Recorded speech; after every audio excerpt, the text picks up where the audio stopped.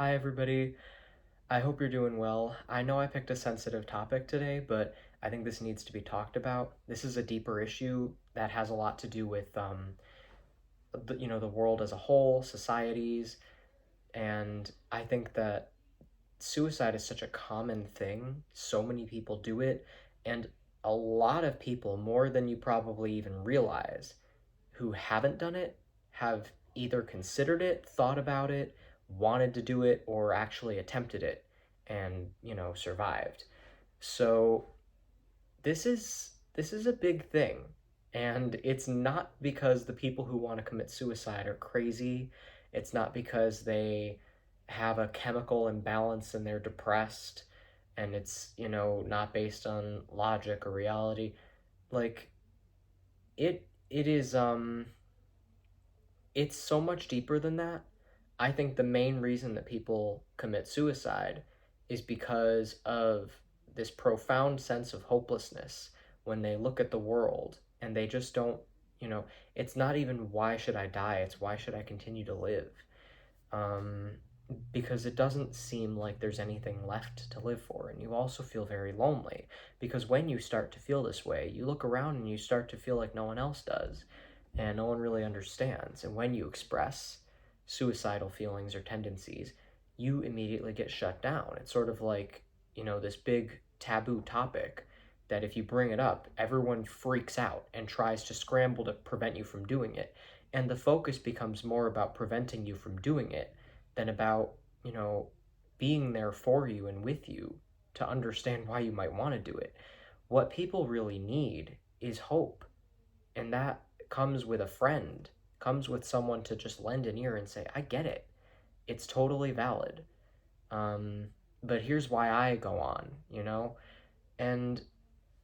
And you don't have to. It's up to you. No one should take that decision from you. I don't think suicide should be thought of as this objectively bad thing. Personally, I think it's understandable. In my own belief system, it's comparable to, you know, having a really bad day at work and going home early. And you still have to come back the next day. You still have to make up for what you missed, but you could not handle it. And that's okay. We've all been there. We've all had moments that were just too much. And that doesn't mean that you couldn't have handled it. If you really tried, maybe you could have, but you never know. It's situational. And that's why it's always important to really ask the person. Don't just treat them like a suicide case. Think of them as a human being having real and valid emotions. So, the deeper issue, I think the reason that so many people want to die is because collectively, as like a world, we are not doing very well. Um, we barely have figured out how to treat each other. We're not even comfortable figuring out how to treat ourselves. People are very cruel to themselves. People don't pay attention to themselves. They're like a second thought. People don't do their shadow work. They don't look inward and ask themselves the tough questions, face, the shit that's in there that they don't want to look at. You have to face it at least once in a while. You can't just ignore it and let it fester.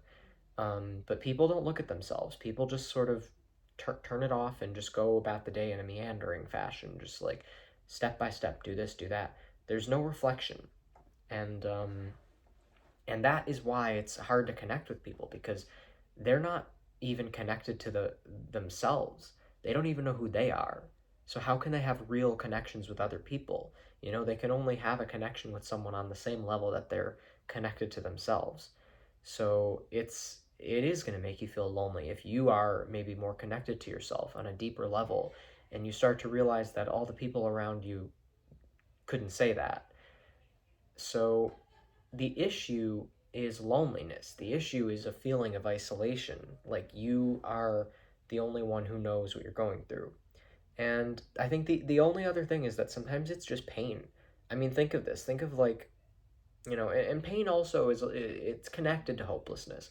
Let's say that you're in so much pain, um, like maybe you just hurt every time you breathe. Maybe you need an oxygen tank. Maybe you're at a point in your life where you are in severe pain. Pain is temporary, it goes away. And the only reason that pain would make you want to commit suicide is if you didn't know when it was going to end. So suicide is always connected to a feeling of hopelessness. I think, and I don't know enough about this personally, but one thing that I've learned is that astrology can help with this because when you learn what's going on in the planets, it gives you a timeline. And sometimes the planets can predict really low, dark periods, and it'll tell you, just hold on, this is the date when you'll come out of this. So if you have that date to look forward to, it gets rid of the sense of hopelessness because that date sort of is your hope. So you just have to kind of hold through for that. So look into astrology if you are interested in that, but alternatively, just don't don't get overwhelmed by the idea that things aren't going to end. If you look back at your past, you'll notice that there are a lot of things that did end, even though they seemed like they were going to last forever, or something that you thought was going to be the worst thing in the world and you got through it anyway. So you always can handle it, but I completely get it. There are things that just feel like they're either not worth handling, whatever it is, and you're human. You're you know you're allowed to be imperfect. You're allowed to just not not be able to handle it. So I think that there's a lot to explore, and I think that it is worth looking into. Excuse me, I keep burping. The spiritual aspect of things because it is related to death. Um, I think most people who commit suicide either believe that there is no afterlife and they're just looking to be done with existence, or they have kind of tapped into what's going on and they're ready. They're ready for it. I'm sure there are some cases where people commit suicide and they have some very specific beliefs, religious beliefs maybe, but I doubt many people do it if they believe that they're going to be like eternally punished for it, because that would just make your suffering worse. That would be even more hopeless. I think those people sort of resign themselves to a fate worse than death here on Earth, just feeling like not even death is an escape. It's just that's very sad. That's very depressing to just feel like you're trapped. You can't even die. You're just like, no matter what you do, it's just going to be worse somehow. And that's not the reality of things. I think in reality, even in death, I think the afterlife is a very good and accurate reflection of life. It's pretty similar. A lot of the same things can be said. Everything ebbs and flows. There's ups and downs, and it's a personal thing. It's about you and the decisions you make in your own journey. So there's always room for, a positive story arc or a low point if you think of your life as a story being told. Um, so that's my advice for people who are having suicidal thoughts. But, for people who stigmatize it, please stop making it seem like such a bad thing and freaking out. The way that we treat people who are suicidal, we almost treat them like they're insane. We treat them like what they want to do is not understandable, or like, it's understandable, but we're not even going to consider that it might be a good move for you because that's, of course, not. You have to live. How could you even consider wanting to leave this place? I reserve my right to choose whether or not I want to live or die. In my own belief system, I came here because I wanted to, because I had work that I needed to get done. And I believe that I'll still have to get it done even if I commit suicide. I think all that will really do is set me back a little bit and make it take longer. But it's still my choice to make. Um, and I would be really insulted if someone tried to tell me that I didn't have the right to make that choice. And I would also feel not only insulted that they think that they have the right to tell me what to do, but that they don't even understand why I might want to do it. It would just make me feel lonely. So this is neither here nor there, but I have had suicidal thoughts in the past when I was as young as like 12, maybe even a little younger. And I had a situation where I was treated like a danger to myself. And they made me take off my shoes and I was like locked in a room for 20 something hours with my mom. It was a whole thing. And the reason that I wanted to do it was because I was in a situation and I needed out, and it wasn't looking like it was ever going to happen. All the people who were supposed to be taking care of me and helping me were just busy fighting each other, and it had been going on for 12 years and gotten nowhere. And I also was having trouble keeping up with schoolwork, and it just was seeming so trivial. When I was there, I didn't really feel like I was able to connect with anyone on a deep level. For the same reasons that I mentioned earlier, it didn't feel like they were in the same headspace as me, um, or as I, trying to be grammatically correct because grammar matters to me. I know people think that it doesn't matter, but I believe grammar matters. So I apologize for changing the topic, but anyway, I I felt lonely, and I felt like that was just, it wasn't that I was going to do it, but it was sort of that I needed people to understand where my head was at. It was sort of like, this is how it is. Either my circumstances are going to change, or I am going to just check out. You know, like, either give me the room that I want, or I'm leaving the hotel. So once I put my foot down, people finally listened to me. But I think it is important to put your foot down sometimes, but what scared me was the way that they reacted. It was almost as if I didn't even have the choice to leave the hotel.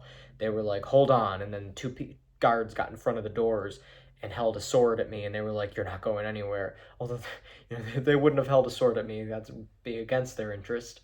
Um, yeah, they would have like put me in a straitjacket and threw me in a padded room. I was not in a padded room, but I was not allowed to have my shoes, and if I did, I had to take out the laces, which would have been a pain in the ass to put back in. So I just took my shoes off, um, and I just remember thinking, like, do you really think that I'm gonna take my goddamn shoelaces and try and strangle myself in a room of other people who would be able to stop me? Like, that's what makes it so scary, is the way that they all of a sudden treat you like you're this clinical project that they need to treat in such a, like, they treat you like you are a dangerous person, and it's not helpful. We really treat each other so badly. And I think, if I ever look up anything that sounds like it has anything to do with self-harm on like YouTube or anything like that, um immediately what you get in the top thing is like, call this hotline. And I get it. It is helpful to provide information, but it just has this energy of like, how dare you try to leave? That, of course, that's not the right option. You shouldn't even consider that. Let us try to convince you to stay. I just feel like that's the wrong approach. I'm not saying that you should commit suicide. Like I said, I think that that would just mean that you'd have to start over.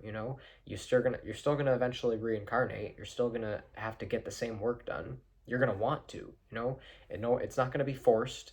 And again, this is my own belief. You don't have to believe that if you don't want to. But just to clarify that I don't believe suicide is a productive decision.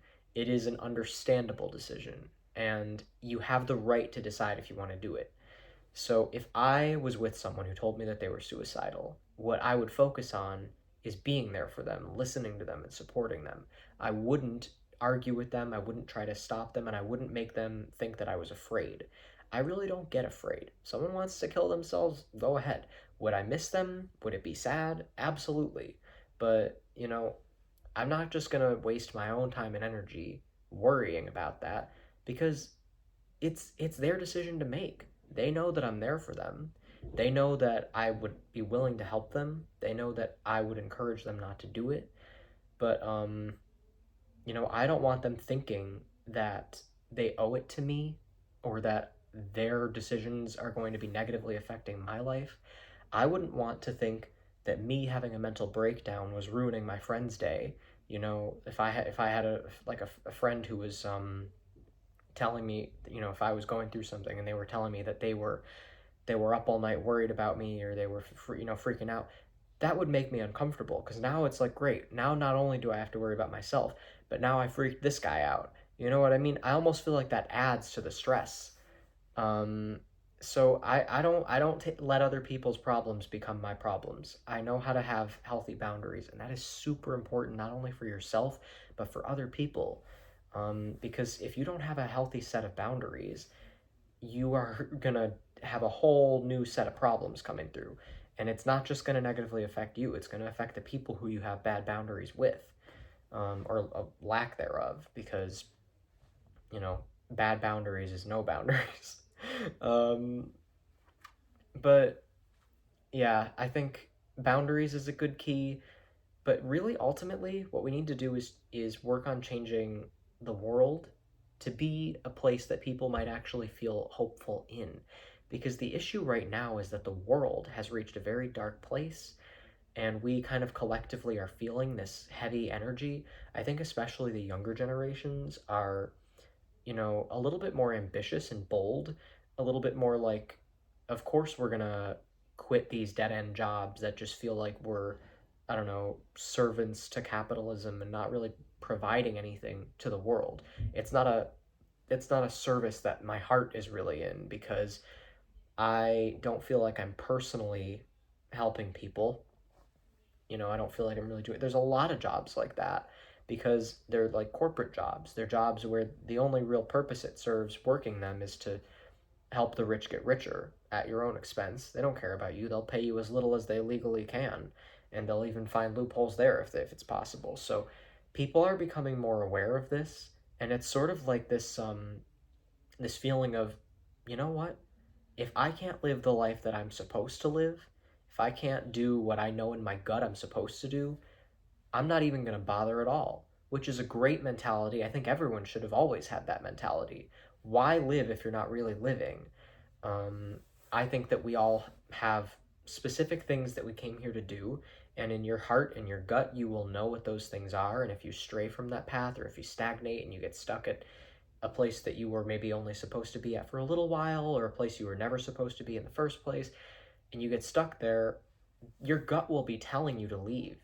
And most people ignore that gut feeling. People dig in, and they will die on that hill. They don't want to move. They don't like change. But the younger generations have been more active about change, more resistant to stagnating, and they get judgment from the older generation of like, oh, nobody wants to work anymore, and blah blah blah. And it's like, no, I think people have just sort of realized that we don't have much of a future left. I mean, I really don't know how many years we have until the world just becomes unlivable. And I or even if there's like a war or something. I mean, there could be any number of possibilities, but we don't know how much time we have left. And I think we all collectively feel this sense of there's nothing left to lose at this point. Either do it right or don't do it at all.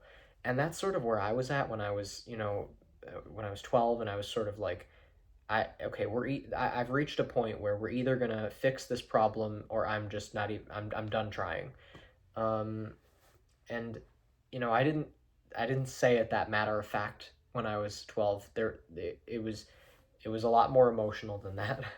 But looking back, that's how I would describe it. So hopefully this video makes you feel less alone. But like I said, I do want to hear audience feedback and experiences. I would like to do a part 2, or even a live stream discussing this topic further, because it is so important and complex. Um, I think that there is a lot to unpack. So, yeah, this is a very, very important video, and thank you very much for watching. I am uploading right now every Tuesday at noon Eastern Time. So if I ever make a change to my schedule, I'll post it on my channel banner so that you can see, um, if I change it. But yeah, so I'm sorry. There's distractions. Someone just called me, and luckily it didn't stop the video, but I saw the notification for it. And now my brain's like trying to catch up, and I can hear noise coming from downstairs. Just things distracting me, and my brain is mush. But yeah, I feel like I didn't say everything that I wanted to say. Just this nagging feeling like there were topics I didn't cover that I wanted to. But I think I said enough. It's been 20 minutes. If you have any questions, let me know in the comments. Thank you very much for watching, and know that you're not alone. And no matter how hopeless things feel, um, there's always more. Even if it's not on Earth, there's always more. So you never really have to feel like you're just doomed. Nothing is ever permanent. There's no like ultimate permanent end. There's just ebbing and flowing. Just put it like that. So no matter how much pain you're in, no matter what you've been through, um, you can handle it, even if it feels like it's too much. It's okay. Maybe sometimes you just need someone to hold your hand and just let out some really like hard tears. Not just the like the I don't know, like woe is me tears, but like the really like the kind of tears where you afterwards you sort of feel like you just like a dam broke. Like you something was just let out and now you sort of feel like you can kind of pick yourself up. The kind of tears where when you're done you almost see things in a different way. I think we've all had crying sessions like that, at least at some point in our lives. Usually in your childhood you would cry more, but those moments where you're crying and then when you're done you're just like, you know what, actually maybe this is okay. So um you got this. I could just hear laughing from downstairs. Like, I gotta go. Um, have a great rest of your day, everyone, and I'll see you next time I upload, or you'll see me, I mean. And I appreciate every like, comment, and subscription. Thank you.